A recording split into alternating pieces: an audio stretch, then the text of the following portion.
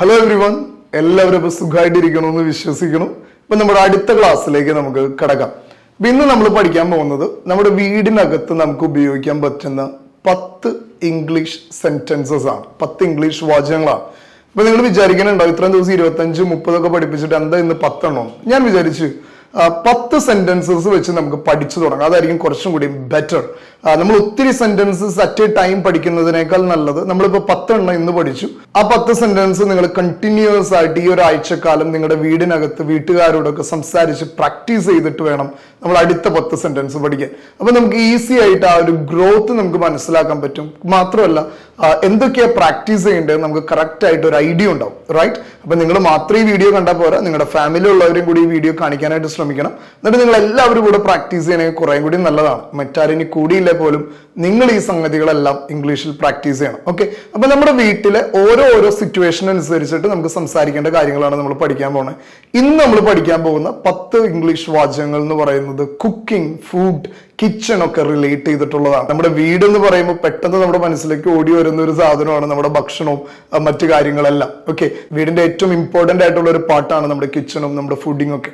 അപ്പോൾ അതുകൊണ്ടാണ് നമ്മൾ 10 വാചകങ്ങൾ അതിനെ റിലേറ്റ് ചെയ്തിട്ട് പഠിക്കാനായിട്ട് പോകുന്നത്. നമ്മുടെ ആദ്യത്തെ വാചകത്തിലേക്ക് നമ്മൾ കിടക്കുകയാണ്. നമുക്ക് ചോദിക്കണം, എന്നൊന്ന് കുക്ക് ചെയ്യാൻ സഹായിക്കൂ എന്ന്, അല്ലെ?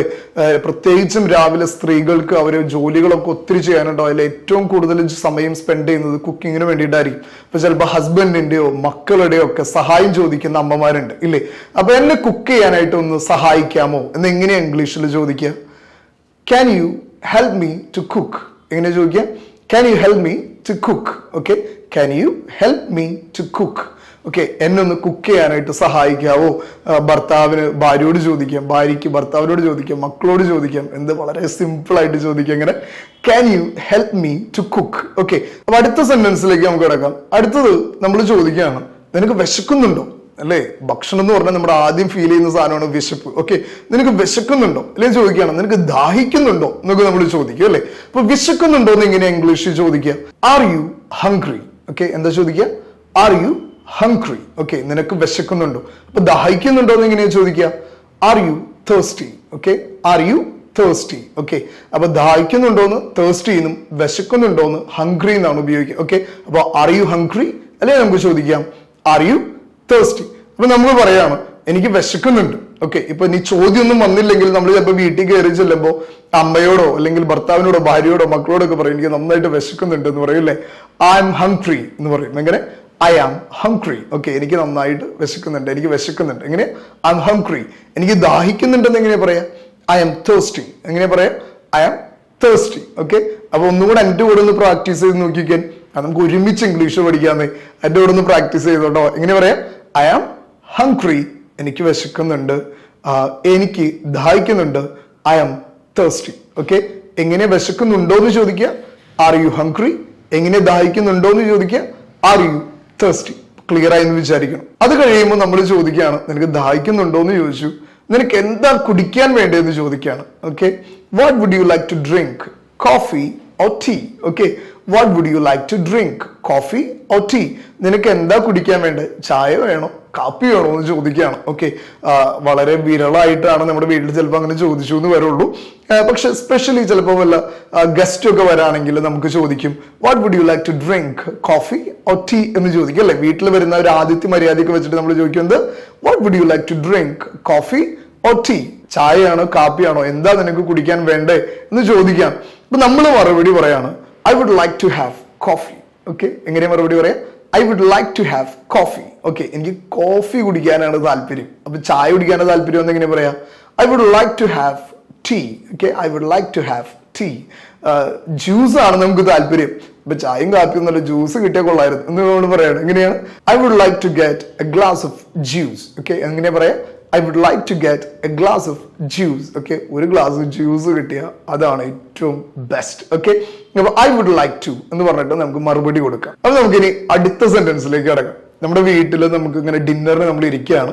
അമ്മ ചപ്പാത്തി ഇങ്ങനെ എല്ലാവർക്കും സെർവ് ചെയ്തുകൊണ്ടിരിക്കുകയാണ്. ഓക്കെ, അപ്പൊ നമ്മുടെ ഡാഡിക്കും മമ്മിക്കും അനിയനും ചേട്ടനൊക്കെ ഇങ്ങനെ ചപ്പാത്തി സെർവ് ചെയ്തുകൊണ്ടിരിക്കുക. അപ്പൊ നമ്മുടെ അടുത്തേക്ക് വരുമ്പോൾ നമ്മുടെ അമ്മയ്ക്ക് അറിയാം നമ്മളൊരു ചെറിയ തീറ്റപ്രിയനാണ് എന്ന് വിചാരിക്കും. അപ്പൊ നമ്മുടെ അടുത്ത് അമ്മ ചോദിക്കും, നിനക്ക് എത്ര ചപ്പാത്തി വേണം? ഓക്കെ, നിനക്ക് എത്ര ചപ്പാത്തി വേണം? How many chapatis do you need? Okay, how many chapatis do you need? ഇനി എത്ര പൊറോട്ട വേണമെന്ന് ചോദിക്കാനും വളരെ സിമ്പിൾ ആണ്. How many parottas do you need? Okay, how many chapatis do you need എന്ന് ചോദിക്കുകയാണ്. അമ്മമാരൊന്ന് പ്രാക്ടീസ് ചെയ്തോ, മക്കളുടെ അടുത്തൊക്കെ ഒന്ന് ചോദിച്ച് പ്രാക്ടീസ് ചെയ്യാം. എങ്ങനെ? How many chapatis do you need എന്ന് ചോദിക്കാം.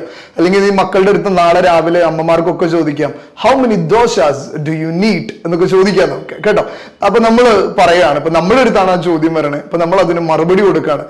കഴിഞ്ഞ ക്ലാസ്സിൽ ഞാൻ ഇങ്ങനെ വീഡിയോ ചെയ്തപ്പോൾ മക്കളുടെ അടുത്ത് ഉപയോഗിക്കാൻ പറ്റിയ സെന്റൻസുകളെ കുറിച്ചുള്ള വീഡിയോ ചെയ്തപ്പോൾ കുറെ അമ്മമാർ എന്നോട് ചോദിച്ചു, സാറേ ചോദ്യങ്ങൾക്ക് മറുപടി കൂടെ തരാണെങ്കിൽ കുറച്ച് നല്ലതായിരുന്നു, അപ്പൊ ഞങ്ങൾ കുട്ടികൾ കൂടെ പ്രാക്ടീസ് ചെയ്യാം. അതിന്റെ ഭാഗമായിട്ടാണ് ഞാൻ ഉത്തരങ്ങളും കൂടി നിങ്ങളുടെ അടുത്ത് പറഞ്ഞു പോകുന്നത്. ഓക്കെ, അപ്പൊ നമ്മൾ ചോദിക്കുകയാണ്, how many chapatis do you need എന്ന് ചോദിക്കുകയാണ്. അപ്പൊ നമ്മൾ പറയാണ്, ഐ നീഡ് 5 ചപ്പാത്തീസ്. ഓക്കെ, എന്താ പറയണേ? I need 5 chapatis. എനിക്ക് 5 ചപ്പാത്തി വേണം.